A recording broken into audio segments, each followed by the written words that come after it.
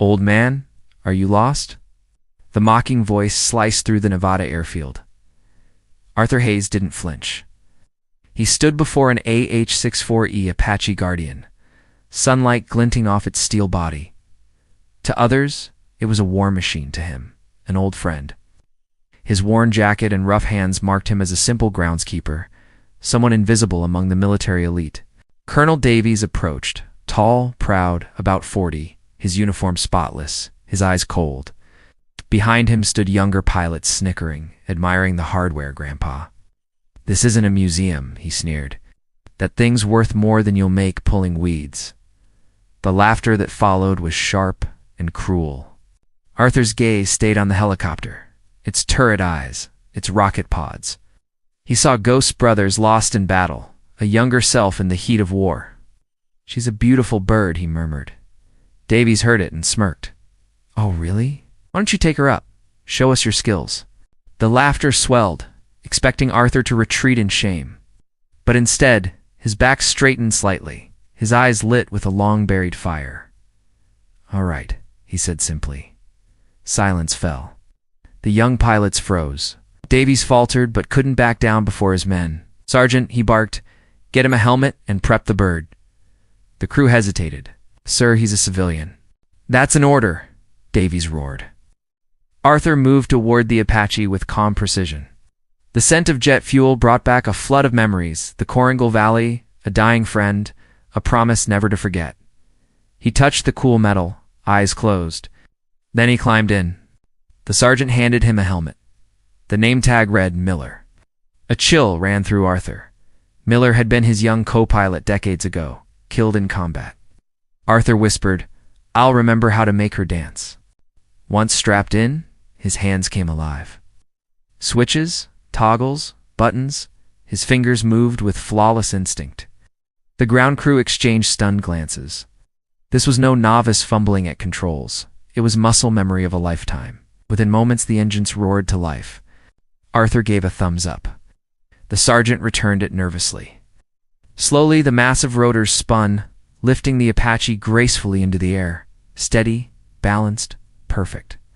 Then it rose higher, moving with impossible control. The gathered men could only gape. Arthur guided the chopper through maneuvers only a master could perform: rolls, dives, and hammerhead turns. The Apache seemed to dance in the sky. What they saw wasn't luck or madness. It was art, pure, fierce, beautiful mastery. One young pilot whispered, awe, replacing mockery. Who is that man? Colonel Davies' face drained of color. He realized too late that this old man flew with a precision beyond anything he'd ever seen. Down below, a young mechanic named Jenkins called the base commander. Sir, you need to come to Hangar 4. Something incredible's happening with the Apache. Moments later, out stepped General Miller, a 4-star legend in his 60s. He stormed toward the flight line, furious, until he saw the Apache move. His anger vanished. His eyes widened in disbelief. Can't be, he whispered. He watched the helicopter land softly, a perfect descent ending in a gentle kiss to the tarmac. Arthur opened the canopy, breathing deeply. For the first time in decades, he felt alive. General Miller approached slowly, ignoring Colonel Davies. The old man climbed out of the cockpit, stiff but steady, his face calm.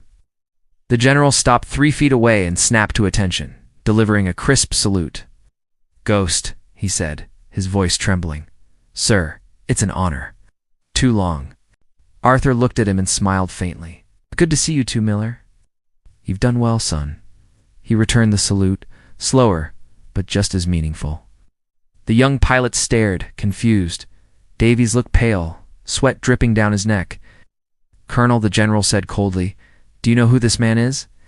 Davies stammered. He's a groundskeeper, sir. It was just a joke. The general's roar cut him off. A joke? You see a janitor? But this is Chief Warrant Officer Arthur Ghost Hayes, the most decorated rotary wing pilot in U.S. history, the man who wrote half the Apache combat manual you studied. Gasps rippled through the crew.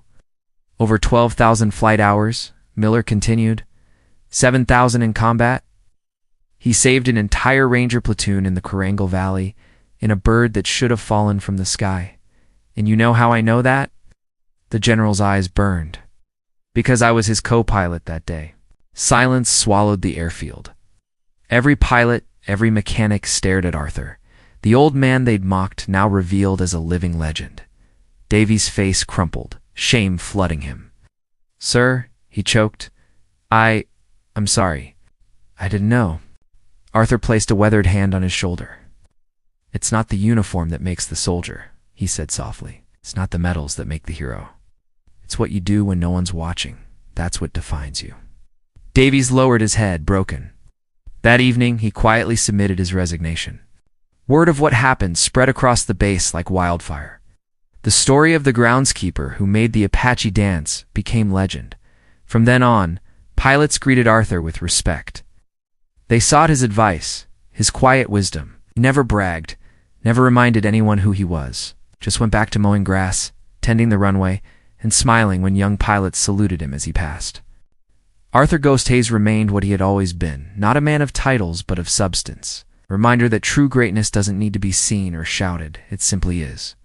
Because real power is quiet, real honor lives in humility. And heroes, the kind who change the world often, walk among us unnoticed, wearing nothing more than an old faded jacket.